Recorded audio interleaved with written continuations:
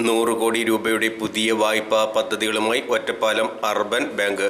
Ottapalam urban bank 2023-24 സാമ്പത്തിക വർഷം വൻ വളർച്ചയാണ് നേടിയിരിക്കുന്നതെന്നും ഓഡിറ്റ് റിപ്പോർട്ട് പ്രകാരം 565 കോടി രൂപ നിക്ഷേപമായി സ്വീകരിക്കാനും 322 കോടി രൂപ വായ്പ വിതരണം ചെയ്യാനും കഴിഞ്ഞു. ബാങ്കിന്റെ പ്രവർത്തന മൂലധനം 668.87 കോടി രൂപയാണ്. ബാങ്കിന്റെ പ്രവർത്തന സ്ഥിരതയെക്കുറിച്ച് സൂചിപ്പിക്കുന്ന അളവുകോലായി പ്രയോജനപ്പെടുത്തുന്ന മൂലധന പര്യാപ്തത 9% കൈവരിക്കണം എന്നതാണ് RBI നിഷ്കർഷിക്കുന്നത്. എന്നാൽ മാർച്ച് 31 അവസാനിച്ച സാമ്പത്തിക വർഷത്തിൽ ഈ ബാങ്കിന്റെ മൂലധന പര്യാപ്തത 19.26 ആണ്. കഴിഞ്ഞ പ്രവർത്തന വർഷത്തിൽ 2.29 കോടി രൂപ ടാക്സ് ഇനത്തിൽ അടച്ച ശേഷം ബാങ്കിന്റെ അറ്റ ലാഭം 2.96 കോടി രൂപയാണെന്ന് പത്രസമ്മേളനത്തിൽ bank chairman U Rajagopal, managing director doctor M Ramanunni, general manager CS Bindu എന്നിവർ അറിയിച്ചു. ഒറ്റപ്പാലം സഹകരണ അർബൻ ബാങ്കിന്റെ പ്രവർത്തന മേഖലയിലെ SSLC +2 പരീക്ഷകളിൽ ഉന്നത വിജയം കരസ്ഥമാക്കിയ വിദ്യാർത്ഥികളെ ആദരിക്കുന്ന ചടങ്ങ്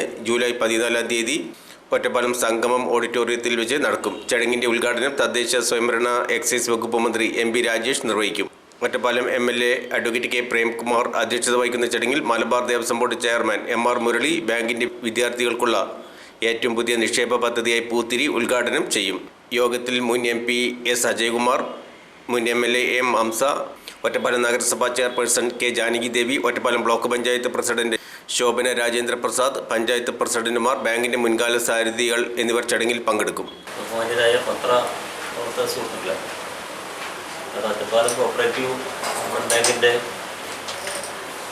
ഈ സാമ്പത്തിക വർഷത്തെ ബാലൻസ് ഷീറ്റ് ഇപ്പോൾ പത്രത്തിലൂടെ പ്രസിദ്ധീകരിച്ച് കഴിഞ്ഞിട്ടുണ്ട്. അതിൽ മൂലധന പര്യാപ്തത 9% കൈവരിക്കണം എന്നാണ് RBIയുടെ ഒരു വ്യവസ്ഥ. ഇപ്രാവശ്യം 31 അവസാനിച്ച സാമ്പത്തിക വർഷത്തിൽ നമ്മുടെ മൂലധന പര്യാപ്തത എന്ന് പറഞ്ഞാൽ 19.26 ഏതാണ്ട് 2,29,00,000 രൂപ ടാക്സ് ഇനത്തിൽ അടച്ചതിന് ശേഷം അറ്റലാഭം എന്ന് പറയുന്നത് 2,96,00,000 രൂപയാണ്. ഏതാണ്ട് 2024-25 സാമ്പത്തിക വർഷത്തിൽ ബാങ്കിൻ്റെ മൊത്തം ബിസിനസ് എന്ന് പറയുന്നത് 1,500 കോടി രൂപയായി വർദ്ധിപ്പിക്കാനാണ് ബാങ്ക് ലക്ഷ്യമിട്ടുന്നത്. നിക്ഷേപം 750 കോടിയിലെത്തിക്കാനുള്ള പരിപാടികൾ, വായ്പ 500 കോടി ഉയർത്താനുള്ള പരിപാടികളുമാണ് ലക്ഷ്യമിട്ടുള്ളത്. ആ ലക്ഷ്യത്തിന് ഒരു മാർഗം എന്ന നിലയ്ക്ക്, ലക്ഷ്യത്തിലെത്താനുള്ള പ്രധാനപ്പെട്ട മാർഗം എന്ന നിലയ്ക്ക് പുതിയ ലോണുകൾ, അതും തികച്ചും സാധാരണക്കാരായ ആളുകളുടെ ആവശ്യത്തിന് പര്യാപ്തമാകാവുന്ന വിധത്തിലുള്ള ലോൺ സംവിധാനമാണ് ഇപ്പോൾ നമ്മൾ ആലോചിച്ചിട്ടുള്ളത്. കൂടുതൽ ജനങ്ങളിലേക്ക് ഇറങ്ങുക എന്നാണ് ബാങ്കിൻ്റെ ഏറ്റവും പ്രധാനപ്പെട്ട ലക്ഷ്യം എന്ന നിലയ്ക്ക് കാണുന്നത്. അതോടൊപ്പം തന്നെ പുതിയതായിട്ടൊരു പരിപാടി എന്ന് പറയുന്നത് കുട്ടികളിലെ സമ്പാദ്യശീലം വളർത്താൻ ആവശ്യമായ പൂത്തിരി എന്ന പേരിൽ ഒരു പുതിയ പരിപാടി ആരംഭിച്ചിട്ടുണ്ട്. അത് LP സ്കൂൾ മുതൽ ഹയർ സെക്കൻഡറി വരെയുള്ള കുട്ടികൾക്ക് ഉപയോഗപ്രദമാവുന്ന വിധത്തിലാണ് അതിൻ്റെ പരിപാടികളെല്ലാം ആവിഷ്കരിച്ചിട്ടുള്ളത്. അതിൽ ഏറ്റവും കൂടുതൽ നിക്ഷേപം ബാങ്കിൽ നിക്ഷേപിക്കുന്ന കുട്ടിക്കുള്ള ഒരു സമ്മാനം ഏർപ്പാടാക്കിയിട്ടുണ്ട്. ഏറ്റവും കൂടുതൽ നിക്ഷേപം സമാഹരിക്കുന്ന സ്കൂളുകൾക്കുള്ള സമ്മാനമുണ്ട്. ബാങ്കിൻ്റെ പ്രവർത്തന മേഖലയിൽ ഏറ്റവും കൂടുതൽ നിക്ഷേപിക്കുന്ന കുട്ടിക്കുള്ള സമ്മാനം, ഇങ്ങനെയൊക്കെ ഒരു പ്രോത്സാഹനം കൂടി വെച്ചാണ്. അതായത് ഒരു അധ്യയന വർഷം അവസാനിക്കുമ്പോൾ അടുത്ത ബാങ്കുകൾ നേരിട്ട് RBIയുടെ നിയന്ത്രണത്തിലാണ്. അർബൻ ബാങ്കുകൾ വളരെ കാലമായിട്ട് RBIയുടെ നിയന്ത്രണത്തിലാണ്. അപ്പോൾ ആ നിയന്ത്രണത്തിൽ വരുമ്പോൾ അവർ പറയുന്നത് സെക്ടർ സ്പെസിഫിക് ആയിട്ടുള്ള വായ്പകൾ. ഇപ്പം നമ്മൾ മൊത്തം കിട്ടുന്ന ഡെപ്പോസിറ്റിൻ്റെ എത്ര കാലമാണ് അതിന് സാധാരണ അനുഗുണമായിട്ടായിരുന്നു അപ്പുറത്ത് വായ്പ. അല്ലെങ്കിൽ ഡെപ്പോസിറ്റ് വരുമ്പോഴത്തേക്കും 8-5 വായ്പ കൊടുത്താൽ പെട്ടെന്ന് എന്തെങ്കിലും ഒരു റൺ ഡൗൺ ഉണ്ടായാൽ നമുക്ക് തിരിച്ചു കൊടുക്കാൻ പറ്റില്ല. അതന്നെയാണ് നമ്മളൊരു ബാസ്ക്കറ്റ് കൊടുക്കുന്നത്. അപ്പോൾ അങ്ങനെയാണ് ചെയ്യുന്നത്. അപ്പോൾ അതിന് നമ്മളിപ്പോൾ ടാർഗറ്റ് ചെയ്യുന്ന ഒരു 30 കോടി രൂപ ഹൗസിംഗ് സെക്ടറിലാണ്. പ്രത്യേകിച്ച് വലിയ കൂട്ടൽ കെട്ടിടം കെട്ടുന്ന ആൾക്കാരെയല്ല, നമ്മുടെ ക്ലയൻറ്റേൽ അവരല്ല. ഒരു 25 ലക്ഷം രൂപയ്ക്ക് വീട് പണിയാൻ ഉദ്ദേശിക്കുന്ന ഒരാൾക്കാണ് നമ്മുടെ 30 ലക്ഷം രൂപയ്ക്ക് അവർ 5 ലക്ഷം കയ്യിൽ സ്ഥലം എടുക്കുന്നത്. അതാണ് നമ്മൾ ടാർഗറ്റ് ചെയ്യുന്നത്. അത് EMI വ്യവസ്ഥയിലാണ് വരുന്നത്. മുമ്പ് EMI ഉണ്ടായിരുന്നില്ല ബാങ്ക്, EMI വ്യവസ്ഥയിലാണ്. അപ്പോൾ 1 ലക്ഷം രൂപയ്ക്ക് 1000 രൂപയാണ് ഒരു മാസം അടക്കേണ്ടി വരും. 15 വർഷമാണ് കാലാവധി.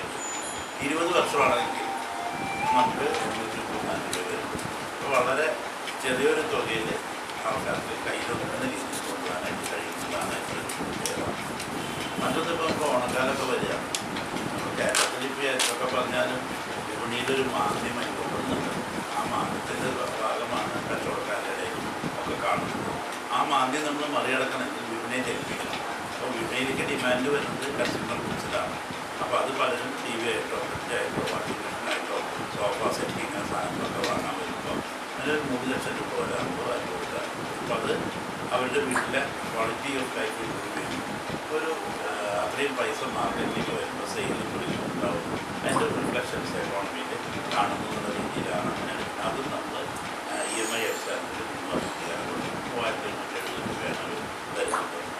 മറ്റ് നമ്മൾ അടിയന്തരമായിട്ട് വേണ്ടത് കുടുംബശ്രീ പോലുള്ള സംഘടനകളുടെ വരുമാനദായകമാണ്.